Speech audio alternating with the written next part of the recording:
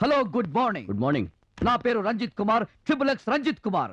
నా నెత్తి మీద ఉన్న 3 సింహాల కంటే నా పేరు ముందు ఉన్న 3 ఎక్స్లే పవర్ఫుల్ సార్. ఎస్. అలా కూర్చోండి. నో, కూర్చోడానికి టైం లేదు. అయితే నిలబడే చెప్పండి. మా సిఐ గారు మాకు వీరప్పన్ కేసు కంటే ప్రిస్టేజ్ ఫీల్ అయ్యి ఆ ఆడవాళ్ల జీవితాలతో ఆడుకునే శ్రీ కేసు ఇచ్చారు.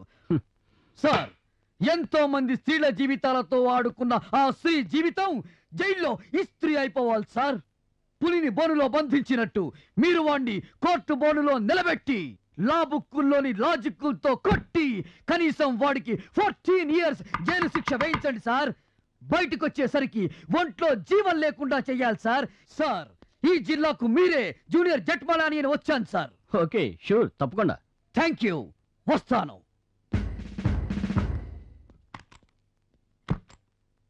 డబ్బుడానికి. Hello sir.